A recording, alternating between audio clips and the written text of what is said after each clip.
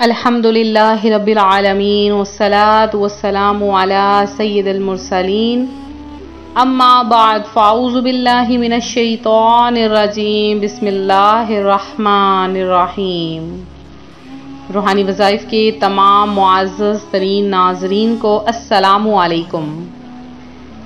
پیارے آقا صلی اللہ علیہ وآلہ وسلم کا فرمان ہے کہ جو بندہ جمعرات کے دن مجھ پر کثرت کے ساتھ درود پاک پڑھتا ہے تو فرشتے اس کا درود پاک سونے اور چاندی کے کلموں سے لکھ کر مجھ تک پہنچاتے ہیں۔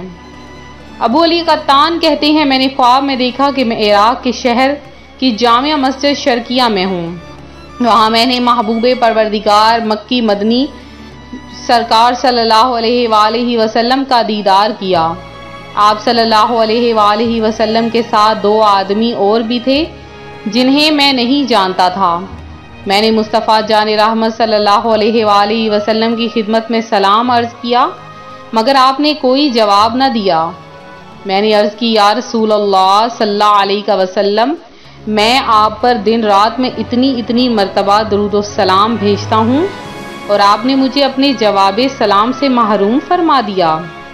اللہ پاک کی عطا سے غیب کی خبریں دینے والے پیارے پیارے آقا صلی اللہ علیہ وآلہ وسلم نے فرمایا، تم مجھ پر درود بھی بھیجتے ہو اور میرے صحابہ کو برا بھلا بھی کہتے ہو۔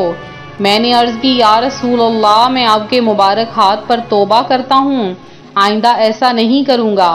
پھر سرکار نامدار دو جہاں کے سردار صلی اللہ علیہ وآلہ وسلم نے سلام کے جواب میں ارشاد فرمایا، وعلیک السلام ورحمۃ اللہ وبرکاتہ۔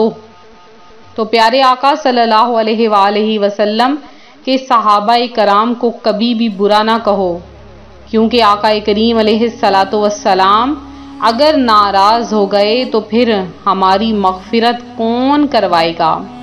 منقول ہے ایک مرتبہ حضرت سیدنا عیسیٰ علیہ السلام اپنے حواریوں کے پاس اس حالت میں تشریف لے گئے کہ آپ کے جسم انور پر اون کا جبہ تھا اور ایک عام سی شلوار پہنی ہوئی تھی، ننگے پاؤں تھے اور سر پر بھی کوئی کپڑا وغیرہ نہ تھا۔ آنکھوں سے آنسو جاری تھے، بھوک کی وجہ سے آپ علیہ السلام کا رنگ تبدیل ہو گیا تھا اور پیاس کی شدت سے ہونٹ بالکل خشک ہو چکے تھے۔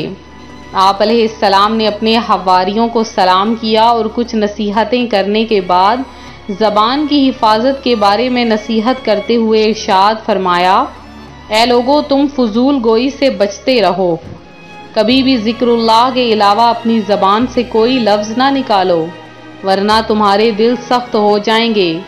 بے شک دل نرم ہوتے ہیں لیکن فضول گوئی انہیں سخت کر دیتی ہے، اور جس شخص کا دل سخت ہو جائے وہ اللہ پاک کی رحمت سے بھی محروم ہو جاتا ہے۔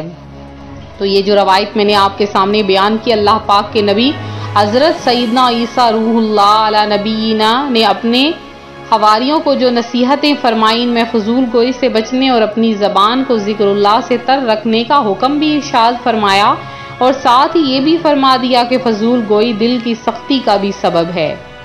یاد رکھیے، اس زبان کے ذریعے ہمیں جہاں ذکر و درود، نعت و بیان اور نیکی کی دعوت دے کر نیکیاں کر کے جنت کی ابدی نعمتوں کے حقدار بن سکتے ہیں، وہیں اس کے غلط استعمال، مثلاً کسی کی غیبت کرنا، چغلی کھانا، گالی دینا وغیرہ جیسے گناہوں کی مرتکب ہو کر عذاب نار میں بھی گرفتار ہو سکتے ہیں۔ افسوس فی زمانہ زبان کی حفاظت کا تصور تقریباً ختم ہوتا جا رہا ہے۔ ہمیں اس بات کا احساس بھی نہیں کہ گوشت کا یہ چھوٹا سا ٹکڑا جو دو ہونٹوں اور دو جبڑوں کے پہرے میں ہے، کس طرح ہمارے پورے وجود کو دنیوی اور اخروی مصائب میں مبتلا کر سکتا ہے، مگر نتائج سے بے پرواہ ہو کر بغیر سوچے سمجھے بولتے رہنا ہماری عادت بن چکی ہے۔ یاد رکھیے، ہماری زبان سے نکلا ہوا ایک ایک لفظ اللہ کریم کے معصوم فرشتے لکھتے رہتے ہیں۔ تو آپ لوگ اپنی زبان کو ذکر اللہ میں رکھیے، زیادہ سے زیادہ اللہ پاک کا ذکر کیجیے، فضول گوئی سے بچیے، تو اللہ پاک آپ کی تمام مشکلات کو حل فرما دے گا، آپ کی تمام پریشانیوں کا حل نکل آئے گا۔ تو آپ لوگ اپنی زبان کو ہر وقت اللہ اللہ کے ذکر سے تر رکھیں. صبح اٹھیں فجر کی نماز کے بعد جب آپ صبح اٹھیں فجر کی نماز پڑھیں تو یا عزیزو یا اللہ پڑھنا شروع کر دیں، اور اس کے بعد جیسے جیسے جس نماز کا بھی وقت ہو آپ اس کے بعد اللہ کا ذکر ضرور کیا کریں. اللہ کے ذکر میں بڑی ہی برکتیں ہیں. اور آج جو روحانی وظائف چینل آپ کے لیے عمل لے کر حاضر ہوا ہے وہ ایک قرآنی عمل ہے. اس عمل کی برکتیں اتنی زیادہ ہیں کہ اللہ پاک غیب سے رزق عطا فرما دیتا ہے.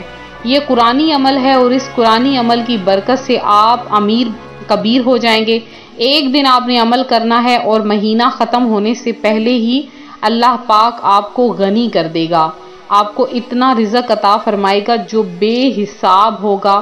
اور اس وظیفے جیسا کوئی وظیفہ آج تک نہ آپ نے سنا اور نہ آپ نے دیکھا ہوگا. تو آپ نے کرنا کیا ہے کہ جمعرات کے دن قرآن پاک کے آخری سپارے کی سورت سورہ علم نشرح آپ نے پڑھنی ہے 2 مرتبہ، سورہ والتین 2 مرتبہ، سورہ نصر یعنی اذا جاء نصر اللہ والفتح 3 مرتبہ، سورہ اخلاص یعنی قل هو اللہ احد 10 مرتبہ.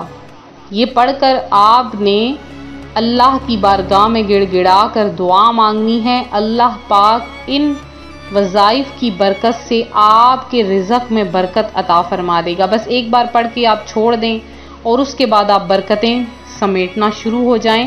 اللہ پاک کی خوب خوب رحمتیں اور برکتیں آپ پر نازل ہونا شروع ہو جائیں گی. تو یہ تھا ہمارا آج کا عمل، ہمارا آج کا وظیفہ. تو جمعرات کے دن مغرب کی نماز کے بعد خصوصی دعا کا اہتمام ہو رہا ہے. آپ لوگ ضرور اپنا نام دعاؤں میں شامل کروائیں اپنی مصیبتوں پریشانیوں کے حل کے لیے. صرف اور صرف روحانی وظائف چینل جو کہ آپ کے لیے خصوصی دعائیں بھی کرواتا ہے اور آپ کے مسائل کا حل بھی لاتا ہے. آپ لوگوں نے استخارہ وغیرہ کروانا ہے تو بھی آپ لوگ کمنٹ سیکشن میں اپنا نام، اپنی والدہ کا نام اور اپنا مسئلہ لکھ کر ہمیں سینڈ کریں. اور ساتھ میں استخارہ کا جو ہدیہ ہے وہ تقریباً 5000 بار کلمہ طیبہ اور 10,000 بار درود پاک ہے. یہ ہدیہ ہے اور جب تک آپ نے یہ نہیں بھیجنا تب تک آپ کا استخارہ بھی نہیں کروایا جائے گا. تو میرے جن بہن بھائیوں نے درود پاک پڑھا ہے اور دعاؤں میں حصہ لیا ہے، ایک میری بہن ہیں انہوں نے خصوصی دعا کا اہتمام کیا ہے، مسز فرزانہ چیمہ ہیں. اللہ پاک آپ کی بیٹیوں کو صحت عطا فرمائے، آباد رکھے، آپ کو تمام پریشانیوں سے محفوظ رکھے. اور اسی طرح جن بہن بھائیوں نے بھی دعا میں حصہ لیا ہے اللہ پاک آپ سب کی تمام حاجتوں مرادوں کو پورا کرے. ملتے ہیں اپنے اگلے وظیفے کے ساتھ. اپنا خیال رکھیں. فی امان اللہ.